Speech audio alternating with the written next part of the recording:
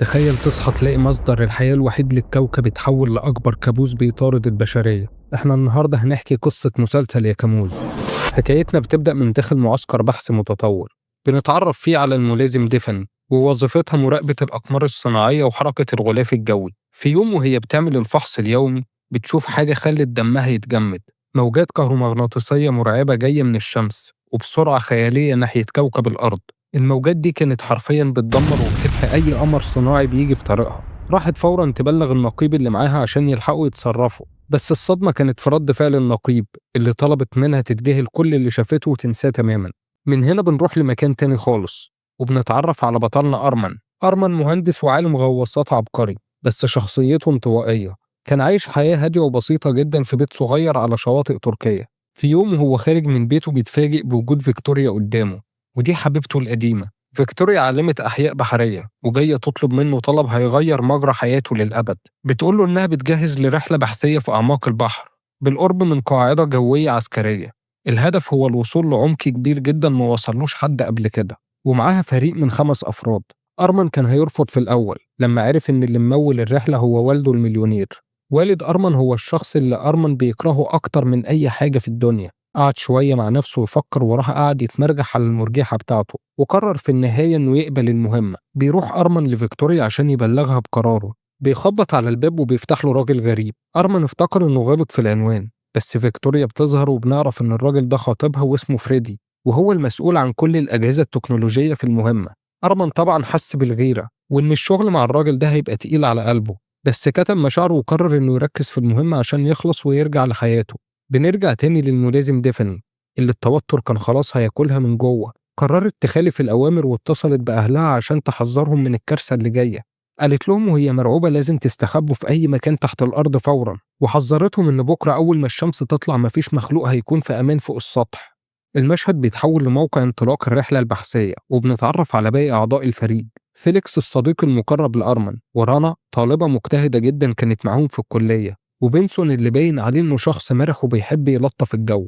الكل بيطلع على السفينة وبتبدأ الرحلة لمكان الغطس المحدد، ولما بيوصلوا فريدي بيودع فيكتوريا بحرارة والخمسة بيستعدوا يدخلوا الغواصة. أرمن وفيكتوريا وفيليكس وبنسون ورانا كلهم نزلوا في الغواصة وبدأوا ينزلوا للأعماق. قبل ما الغواصة تغطس تماما قبطان السفينة بيوقف فيكتوريا وهو قلقان، بيقول لها إنه شاف أخبار غريبة بتحصل في شرق آسيا مع شروق الشمس هناك. بس الفريق كان متحمس جدا وقالوا إن دي مجرد أخبار مش هتعطل شغلهم. نزلوا تحت المية وغابوا عن العالم الخارجي لمدة 12 ساعة. وهم في الأعماق أرمن لاحظ حاجة غريبة، الدنيا بقت منورة جدا حوالين الغواصة رغم إنهم في منطقة المفروض الضوء ما بيوصلهاش.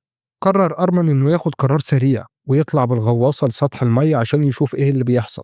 بمجرد ما طلعوا حاولوا يتواصلوا مع الطاقم على السفينة فوق بس ما كانش فيه أي رد، وأرمن بدأ ينادي بأعلى صوته لكن مفيش أي حد بيظهر على سطح السفينة. طلب من فيليكس يقرب الغواصة من السفينة عشان يقدر يتسلقها بالحبال. طلع أرمن وفيكتوريا على المركب والمنظر كان حرفيا مرعب. السفينة كانت فاضية تماما، مفيش أثر لأي كائن حي ولا حتى فريدي. في الأول افتكروا إن الطاقم سابهم وهرب في وسط المحيط وغدر بيهم، بس لما دخلوا غرفة التحكم لقوا فيديو متسجل سابه فريدي قبل ما يختفي. فريدي كان باين عليه الرعب في الفيديو وهو بيشرح الكارثة. قال لهم إن أشعة الشمس بقت بتقتل أي حد تلمسه فورا، وإن سكان آسيا كلهم ماتوا، وإن كل ثانية بتعدي والشمس طالعة في ملايين البشر بيفقدوا حياتهم. فريدي قال إنه خد اللي فضل من الطاقم وراحوا لمخبأ سري تحت الأرض في جزيرة قريبة. أرمن وفيكتوريا ما ضيعوش وقت، لموا كل المؤن والأكل اللي يقدروا عليه ورجعوا الغواصة. شرحوا للفريق اللي حصل وقرروا يتحركوا فورا ناحية الجزيرة اللي فريدي وصفها.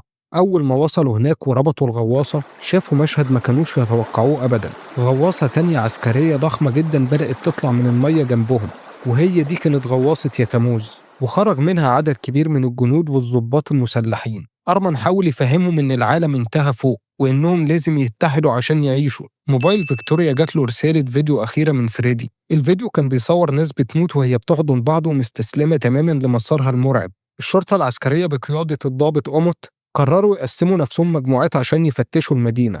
أرمن وفيكتوريا والقائد إيرينا يتحركوا مع بعض عشان يروحوا للمخبأ اللي فيه فريدي. دخلوا المدينة والجثث كانت موجودة في كل مكان، والناس باين عليها إنها اتحرقت من جوه بطريقة بشعة جدا. وصلوا الكنيسة ولقوا فيها ناس ماتوا وهم بيصلوا، بس عرفوا إن في ناجي واحد محبوس جوه خزنة البنك. طلعوا جري على هناك ولقوا راجل جسمه بيغلي حرفيا، الراجل كان بيتكلم كلام مش مفهوم وحالته ميؤوس منها. الضابط قامت ضرب عليه النار عشان يريحه من عذابه. بعدها قامت أمر الكل يرجع الغواصة فورا عشان الوقت بيخلص والشمس هتطلع. أرمان اتخانق معاه وقال له مش همشي من غير ما الاقي فريدي وباقي صحابي.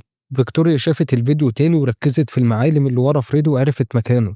ركبوا العربية وطلعوا جري على هناك، وفي نفس الوقت كان في جنود طمعوا في فلوس البنك دخلوا الخزنة عشان يسرقوها، بس الباب اتقفل عليهم اوتوماتيك وحبسهم جوه. وكان في عسكري حاول يفتح الباب بس ما كانش عارف الرقم السري وفشل تماما. العسكري اضطر يرجع الغواصة ويسيب زمايله والضابط اللي معاهم يواجهوا مصيرهم. الضابط قمت لما عرف اللي حصل حمل أرمن وفريقه المسؤولية وبدأ يكرهه. رانا قدرت توصل لمقال علمي بيشرح اللي بيحصل للشمس. المقال بيقول إن قطبية الشمس بتتغير كل 11 سنة، بس المرة دي حصل انفجار طاقة مدمر. الطاقة دي كفيلة تبخر أي كائن حي يتعرض لها بشكل مباشر. أرمن وفيكتوريا وصلوا للمخبأ اللي فريدي كان فيه، بس للأسف لقوا فريدي ميت وجنبه تليفونه اللي سجل عليه لحظاته الأخيرة وهو بيصرخ من الألم. أرمن كسر التليفون عشان فيكتوريا ما تسمعش صرخة موت فريدي. رجعوا الغواصة والدموع في عينيهم وكانوا آخر ناس يدخلوا قبل ما الباب يتقفل. الضابط قمت ما كانش عايز يدخلهم، بس القائد إيريناي أجبره يفتح الباب. من هنا بدأت المعاملة السيئة من الجنود لفريق أرمن واعتبروهم عبء عليهم.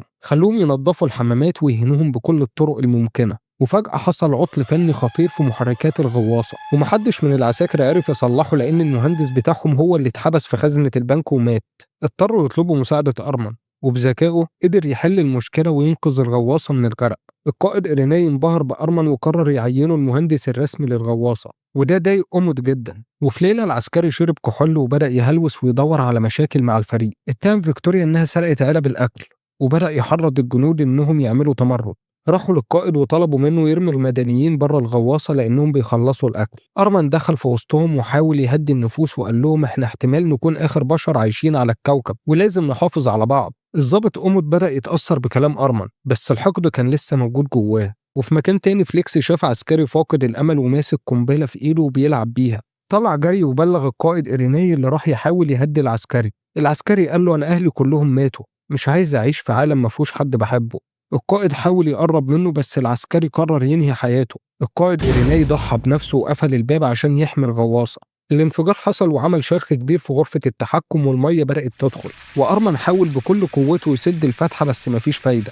الحل الوحيد كان لازم حد يخرج بره الغواصة في عمق البحر ويلحم الفتحة. الضابط يونكا تطوعت للمهمة رغم حزنها الشديد على موت القائد اللي هو والدها. خرج أرمن ويونكا وهم لابسين بدل الغطس وفي وسط الضلمة هجمت عليهم سمكة كبيرة. يونكا وقع منها العقد اللي سابه لها والدها. فضلت تدور عليه والكهرباء قطعت في الغواصة والوضع بقى كارثي. بس في آخر لحظة النور رجع. أرمن ويونكا قدروا يرجعوا للغواصة في اللحظات الأخيرة قبل ما الأكسجين يخلص. وتاني يوم وصلوا لقاعدة عسكرية تانية عشان يدوروا على مؤن وأكل. أرمن طلع فوق هضبة وبص على المدينة لقاها حرفيا كتلة من النار والرماد. المنظر خلاه ينهار تماما لأنه تأكد إن مفيش أمل في الرجوع للحياة الطبيعية. وفي نفس الوقت اكتشفوا كارثة تانية، وهي إن الشمس دمرت القيمة الغذائية في كل الأكل المكشوف. يعني حتى الأكل اللي لقوه ملوش أي فايدة. ووقت ما كانوا بيدوروا بنسون لقى علبة أدوية وأخد منها شوية عشان يعدل دماغه. لكن المفاجأة لما فيليكس كان في أوضته ولقى كشاف فضي كان ضايع منه في الغواصة، وطلع عليه حد كان مستخبي وهجم عليه وهرب بسرعة. وكان مفروض إن في الوقت ده مفيش حد في الغواصة غير فيليكس وأرمن، عشان كده قرروا كلهم يجروا ورا الشخص ده عشان يعرفوا هو مين. وبينتهي الجزء الأول اللي بيفتح أسئلة كتير زي مين الشخص ده وهل في ناجين غيرهم ولا لأ، وأحداث كتير هنعرفها في الجزء التاني. لو وصلت لحد هنا ومستني الجزء التاني قولي في التعليقات عشان ننزله في أسرع وقت، وما تنسوش اللايك والاشتراك في القناة عشان يوصل لكم الجزء التاني أول ما ينزل. أشوفكم الفيديو الجاي.